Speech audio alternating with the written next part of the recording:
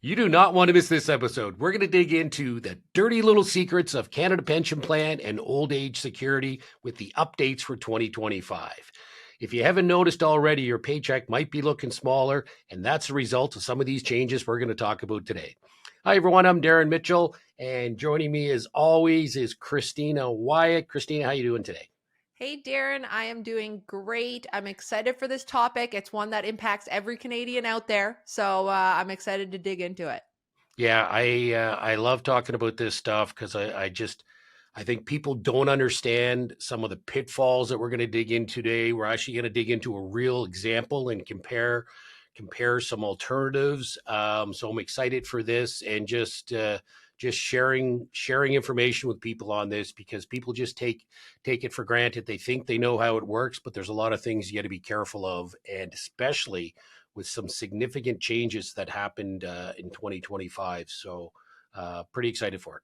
Yeah, absolutely. Before we dig into it, though, I just want to remind everybody if you're listening on your favorite podcast platform, please make sure that you like, subscribe, and leave that 5-star review. And if you're listening or watching on YouTube, please like, subscribe, and hit that bell button so you always know when new content is coming out. And don't forget to follow us on social media at Control and Compound on Instagram and TikTok. We always have great reels, keeping up with the world today with new content, new reels, so you don't want to miss it. All right, Christina, let's dig into it. Where do you want to start? So I think we should review where these different government benefits sit in our overall retirement plan. Where do they fit in the overall retirement plan? Yeah. So financial planning 101, the first thing they teach you is your retirement should look like a three-legged stool. So I want you to picture a stool with three legs. You know what they look like? Well, what would happen if you only put one leg on that stool? Well, you probably fall down, and that means you're not going to have a very successful retirement. Two, you might be able to balance it for a while, then you're going to fall. Three legs, okay, now the stool can be stable. So what that means is there's three different sources of income in your retirement for the average person here. There's your one leg of the stool is your personal savings. Number two is a pension plan or a group RSP you had from your employer. So you, employer. And then the third leg is government benefits. So Canada Pension Plan and Old Age Security are the two main government benefits. Now, again, I say government benefits, government administered benefits. Old Age Security, yeah, it comes out of basically the bank account of the government, which is the bank account of the taxpayers. There's no fund there. Canada Pension Plan, there's actually a fund that they invest and it goes up, but the government doesn't contribute to it. Half the contributions come from employees and half the contributions come from their employers. So government administered, but the government likes to take credit. Oh, government benefit. Well, you're just administering it. The real contributions or all the contributions are not made by the government. They're made by you and your employer. But benefits like CPP and OAS are a significant part of most Canadians' retirement. So it's worthwhile knowing about them. How do we maximize them? How do we avoid those pitfalls? So before we dig into some of those pitfalls, Christina, I just why don't we go through some of the changes they've made, quick review of the benefits and the changes they made, and then we can get into how this affects you. So let's start with OAS or old age security. Absolutely. So, old age security, you're entitled to at age 65. There are some rules around that. So, after the age of 18, you would have had to been in Canada for at least 40 years to be able to qualify for the full OAS benefit. The maximum benefit for 2025 is $728 a month. So, $8,736 a year is what you can get from your OAS benefit. Now, how has that gone up over the last year? Well, if we looked at the first quarter of 2025, they look at CPI and they look at inflation for increasing this OAS benefit, right? In the first quarter, it went up 0%. Now, can anybody out there that nothing went up the first quarter of 2025? Nothing went up for you whatsoever, right? Things never go up in price anymore. No, never, not at all. So with OAS, they actually increase it quarterly. So they look at it and they go back quarterly and decide if there was inflation that quarter based on CPI. It did go up 2% in over 2024, and I will tell you that many Canadians will agree with me when I say that 2% wouldn't have covered what we went up by last year either. But 2% over 2024 and 2025, no increase so far. So I know our costs went up, but the OAS didn't. So a big one when we talk about OAS is the clawback. So this comes up a lot, and some people know about it, some people don't. We kind of call it the hidden tax that comes with OAS, but it starts. So what happens is once your taxable income hits $90,997 as of 2025, you start getting your OAS clawed back. And they're going to take 15% clawback rate on everything above 90,997. So let's just say 91. So between 91 and then at 148, it's completely maxed out. So you're not going to get any OAS. It's been completely clawed back because you have that taxable income. So not ideal, something that you definitely have to keep in mind when planning with taxable income is that, for a high income earner, you could literally lose $8,736 in benefits because you've earned too much, right? 140 and 90 to 148 with the inflation that we've seen is not a ton of cash. Like I wouldn't call it the ultra high net worth individual that's losing that benefit that they might need. So a couple other key things that happened in 2024 going into 2025 is they did increase the OAS for seniors. So 75 plus, they did a 10% increase. So that's good. I think that's positive. We do have an option for another key point is you can defer OAS until age 70. So if you defer it, you say, hey, I'm not going to take it at 65, that will increase your payments by 0.6% per month. So over 5 years, you'll see a 36% increase in that OAS payment if you delay to take it. And then another one that comes up every now and again, just so that people are aware, is the guaranteed income supplement. Now that is for a single earner, a single person earning under 22,000. So it's very, very low income. You're going to receive up to $1,086 a month from that GIS. So another piece that might fit in for some Canadians out there. But that's kind of the main highlights of the OAS benefit, how that works. Oh, great review, Christina. Again, those key pitfalls are huge for me. So I think one of the biggest pitfall of OAS is that clawback. Once you hit that 91,000 roughly, every dollar you earn above that, it's like an effective 15% tax. So picture if you're in a 42% tax bracket, you're 65, 66, you have an income of 91,000, you take another dollar out of your RRSPs. Well, great, my marginal tax rate's 42%, but it's like you pay an extra 15% because you have to pay back your old age security. So it's an effective tax rate of 57%. Now, I thought back in the day, they said you're supposed to take your RSPs out in a lower tax bracket. But again, these are things people aren't aware of when they're saving for retirement, that, that old age security clawback is like an effective 15% additional tax between those incomes of 91,000 and 148,000. And there's lots of people that are still working past 65 and they are having these incomes, and there's lots of people that are retired and still having these incomes. So you really need to plan your income, not just the year you retire, but years in advance to say, where's my income going to be? Because there's lots of places you could have saved, and we're big fans of cash value life insurance, where you could have $10 million of cash in there, and that's not going to affect your old age security clawback at all. And then the no survivor benefit.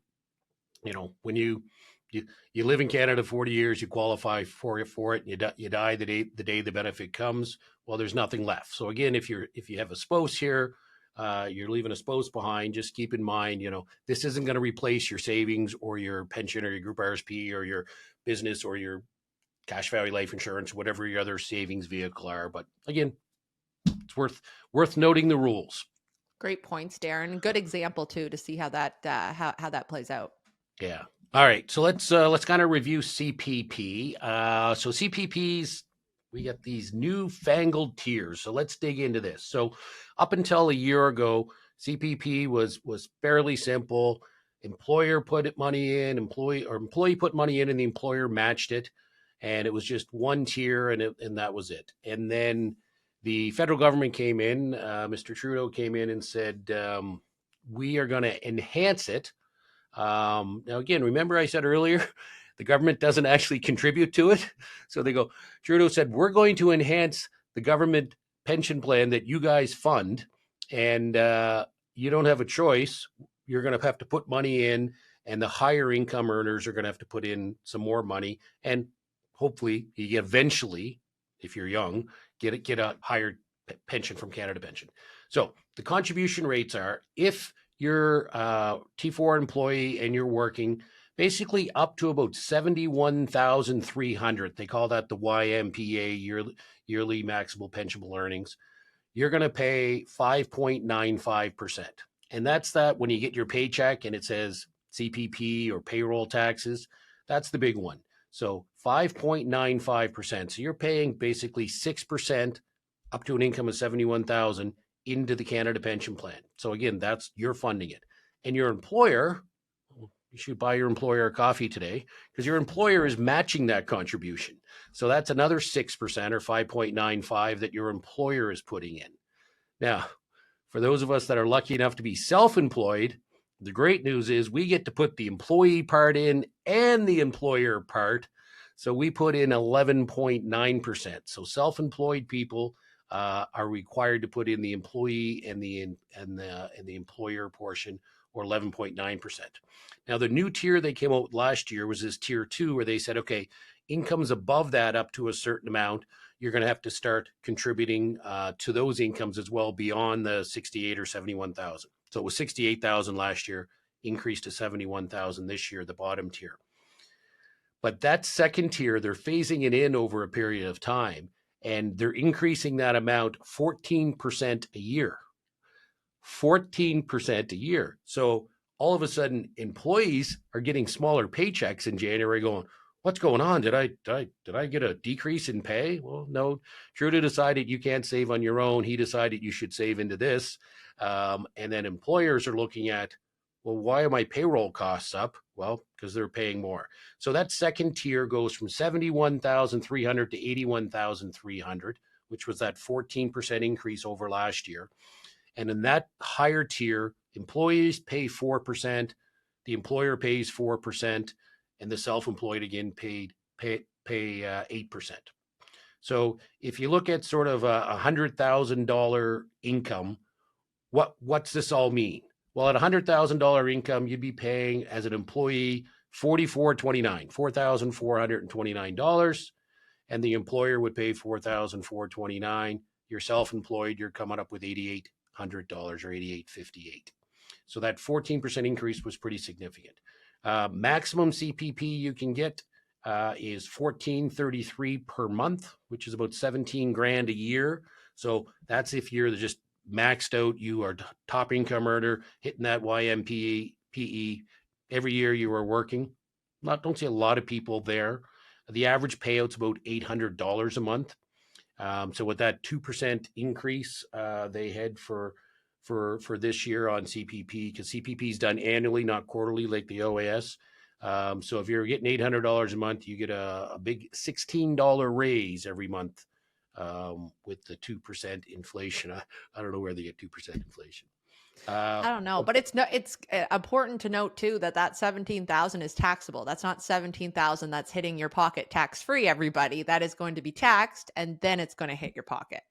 Yeah, so bang on.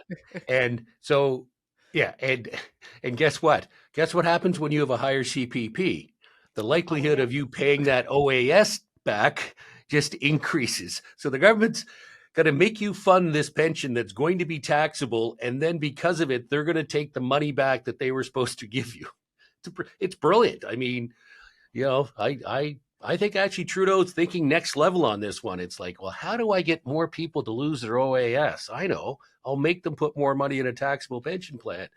But I mean, in fairness, I mean, the goal here is, I'm not saying this is great news for everybody, especially the self-employed, especially I'd say, the investors out there that are looking to take control of their money and do their own things. But for the average everyday employee, T4 employee, the goal is, instead of kind of this one leg of the three-legged stool called government pensions being a quarter of your income in retirement, they're shooting for a third. Okay, so that's the goal in this, and so it's not bad for everyone. I just, as a self-employed person, when I see A, what my payroll costs go up, and B, what I got to contribute as self-employed, paying both sides of this, it's like, wow, there's a lot of other places I could be putting my money. Yeah, absolutely. And I think that's it's good to know how it works. Like you said, it is beneficial for some, especially those that might not be good savers. It's making them save as an employee. But I run into a lot of business owners that ask the question: does it make sense for me to take a salary and pay that CPP, or should I be taking the dividend from my company instead and not putting it in here? And today, I know that you put together an exercise for us to go through, which I'm really excited to go through because this is a very common question for a lot of self-employed business owners out there: is how should I pay myself? Should I be putting into this Canada pension plan? Not a benefit, but the plan that you're funding itself, right? Which you've kind of hit home on a couple times. So for business owners, there is a decision here, and I'd like us to dig into the decision a bit more today. Would be neat. Yeah. Okay. Anything else about CPP and OAS before we get into the dirty little secrets, Christina? Oh, yes. Just a quick review of some of the things that people will want to think about when they're looking at their CPP and their OAS, and when they should take it. So going back to a question that I hear regularly is, when should I take the CPP? So a couple considerations there. You can start taking CPP early at age 60. That's going to reduce your benefits by 0.6%. So up to 36% reduction if you take it all the way back. You started at age 60. So that's going to reduce it. 0.6% per month. Oh, sorry, 0.6% per month. Yes, absolutely. So it's going to reduce by 0.06% per month. And then standard CPP, if you take it at age 65, this is going to be the most common, right? A lot of people will take it at age 65 because they have bridge benefits. If they had retired earlier than 65, that they'll take, that bridge benefit will fall off. They'll start the CPP at that point. You can also choose to defer CPP. So that will increase your benefit by 0.7% per month. So a 42% boost. Now, when you're thinking that through, you got to think about how long are you going to live, right? So there's no crystal ball for that one. It's very hard to decide some of these things because you don't have that magical number, right? Actually, I find if people ask me all the time, they say, when should I take it? And I say, you tell me the day you're going to die and we can do the math. But unless you know Exactly. that, it's, there's a lot of variables. Yeah, it makes it tricky. So there's options, but you want to weigh your options carefully. A couple other strategies that we see people use is an RRSP drawdown. So what they'll try to do is pay out their RSPs between 60 to 65 or 65 to 70 if they want to, defer it to that 70 or defer to 65. They're going to try to get as much out of their RSPs as possible to minimize that taxable income and that OAS clawback. So if you can get some of those RSPs early, and then you'll see, like I said, people use that deferral strategy where they'll maximize the payouts by waiting.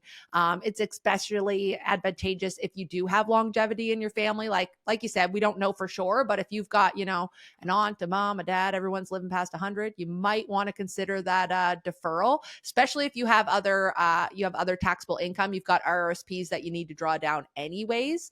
That's going to impact that OAS. So you can keep your OAS and take those RRSPs, hold out on that CPP until it's time. Cool. Okay. So let's dig into some dirty little secrets of Canada Pension Plan. So there's a couple big ones here, and I think this is even this one to me. These are more significant than the old age security. Yes, the old age security, you get clawbacks, and that's terrible. Most people don't know this, but we're not actually funding. We're not. Us and our employer aren't funding old age security. We are through our tax dollars, but we're not funding it. But we're funding this. This is like a retirement plan that's a matching program with your employer. So the number one is the survivor benefits. Again, most people aren't aware of this. So if you die, your spouse gets 60% of your Canada pension plan. And you're like, okay, well, that's not bad. But wait a minute. If your spouse also has a Canada pension plan, you can't go higher than the max. So if you're on max CPP, your spouse is on max CPP, and you die 1 month into getting your Canada pension plan, your spouse is going to get nothing. They might get about $7 a month, I think, is the top up. So you would literally contribute, if you're self-employed, on both ends for 40 years, and then you die, not only don't you get anything because you're dead, but your spouse doesn't get anything. So huge thing on that survivor benefit.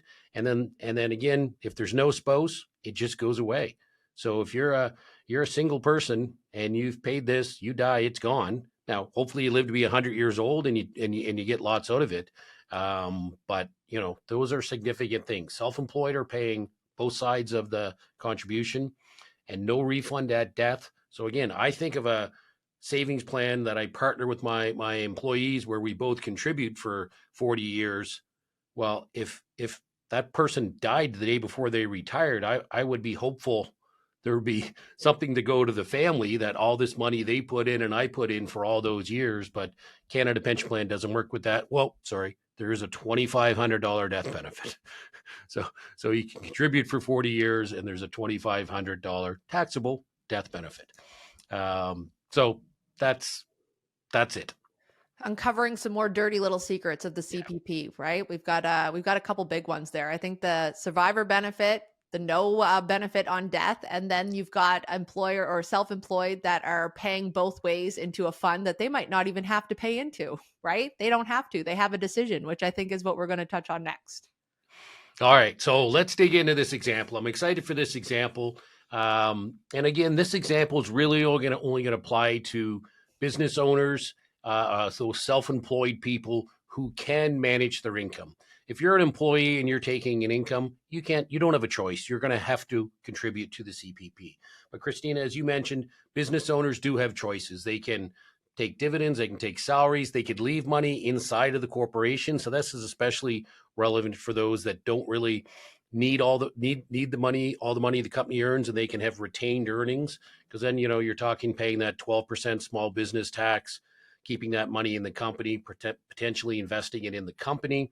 So we're going to run an example basically of a self-employed person. So they would have been contributing both sides of the CPP, that works for 40 years and then retires. And we're going to compare a regular investment versus the CPP and say, where would you be better off? Now, there's a million assumptions here, right? So I don't want you to say, oh, well, great, Darren did the math and said.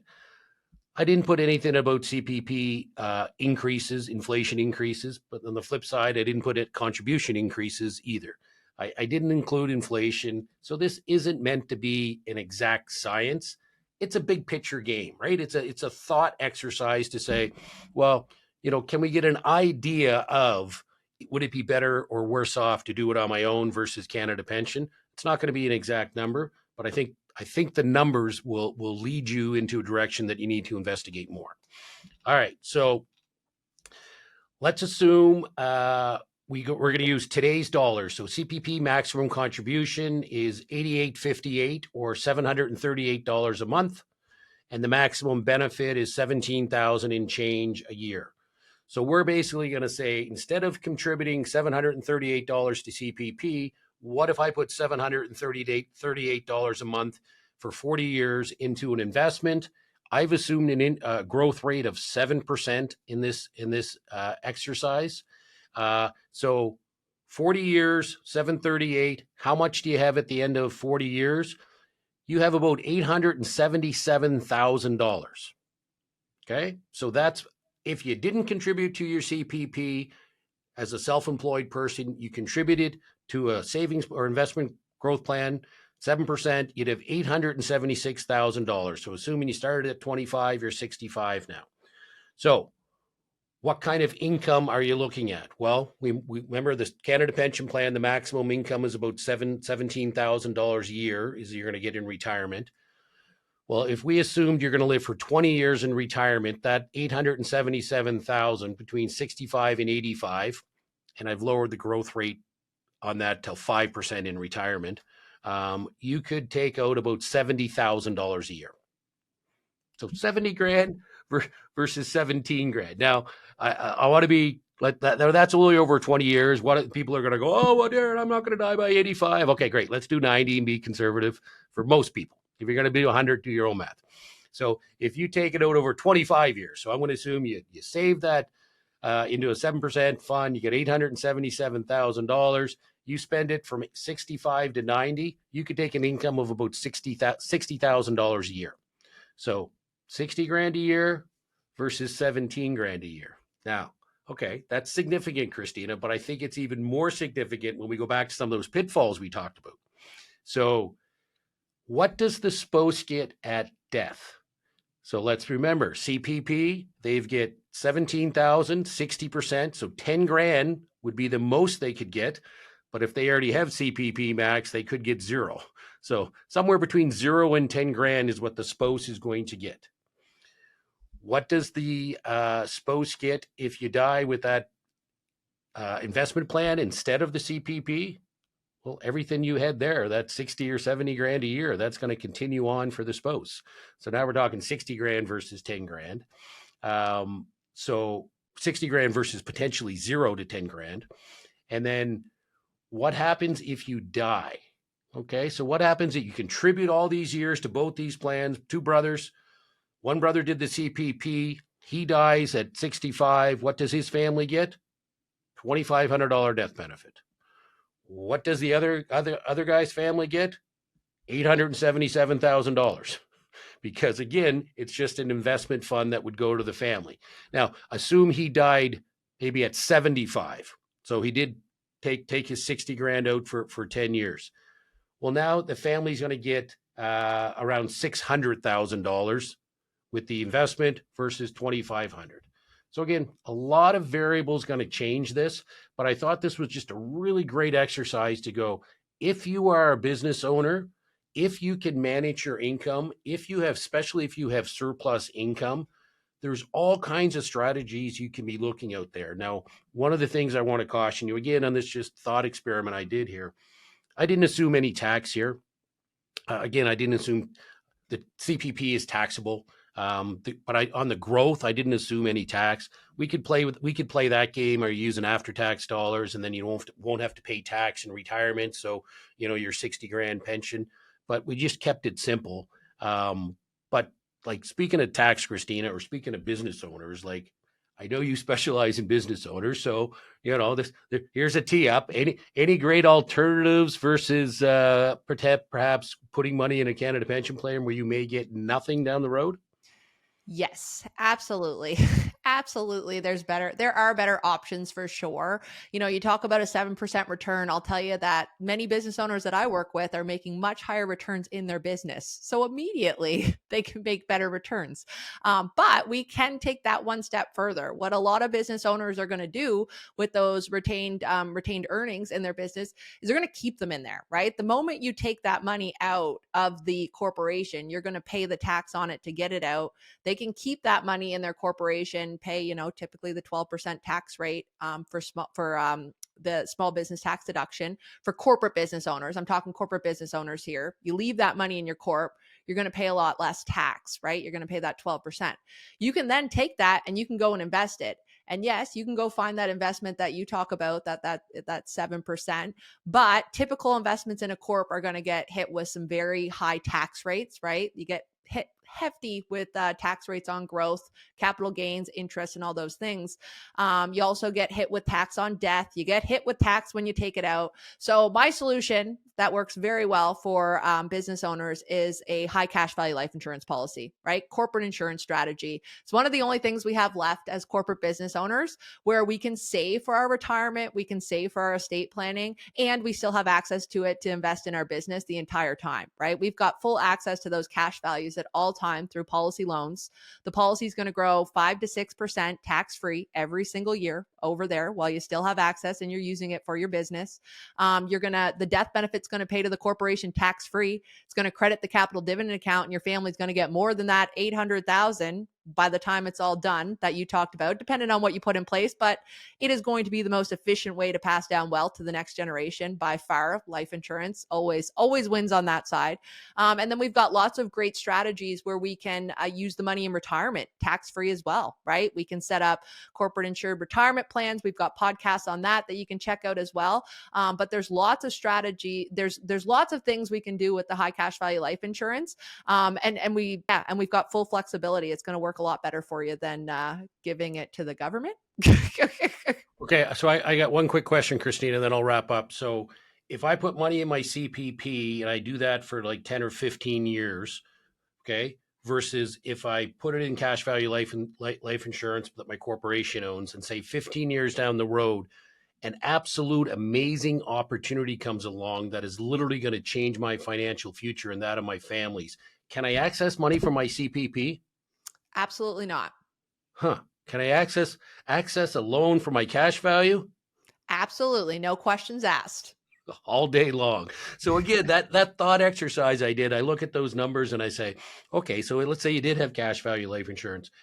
What about I didn't talk about what about a death benefit on top of that? What about tax-free income in retirement? And then what about the 10 or 20 times you access that money over your career to either save your business, grow your business, find alternative things to grow your assets, those and opportunities we talk about when we talk to business owners. So very cool. I love it, Christina. Okay, so let's kind of wrap up on this. So, we beat up on this a little bit. Again, Christina and I are business owners, real estate investors. We're coming at it from that side. It's not all bad. It is a place that those people that aren't saving on their own and aren't disciplined, I do like the CPP. It makes sense. So, again, one part of your three-legged stool. But who really benefits from these changes? Older Canadians, 65 plus, you're not really benefiting from these changes. Mid-career workers, 40 plus, you're not really benefiting from these. You're going to pay those higher contribution rates. And, you might get modest increases like $500 a year or something. Like, it's not going to significantly. It's those young workers under 30 that are going to benefit from this. Again, what's going to happen in the next 35 years in this country to these programs. But, probably if the CPP is around then, they're going to contribute at the higher amounts, but they're also going to receive the higher pensions, higher Canada pensions when they go. So again, lots of great things to do here. I think the key takeaways were, understand the rules, see if you can manage your income to not get some of those pitfalls and clawbacks. And if you're a business owner, there's all kinds of better options or options you can do in addition to this. So we encourage you to reach out to Control and Compound and we can have a chat. All right. Great episode, Christina. Thanks for watching, everybody. Thanks for listening. Have a great day. Thanks for watching this episode of Control and Compound. Don't forget to subscribe and hit that bell button so you never miss a new episode. And if you're ready to learn more, head to our website, controlandcompound.com. The link's below.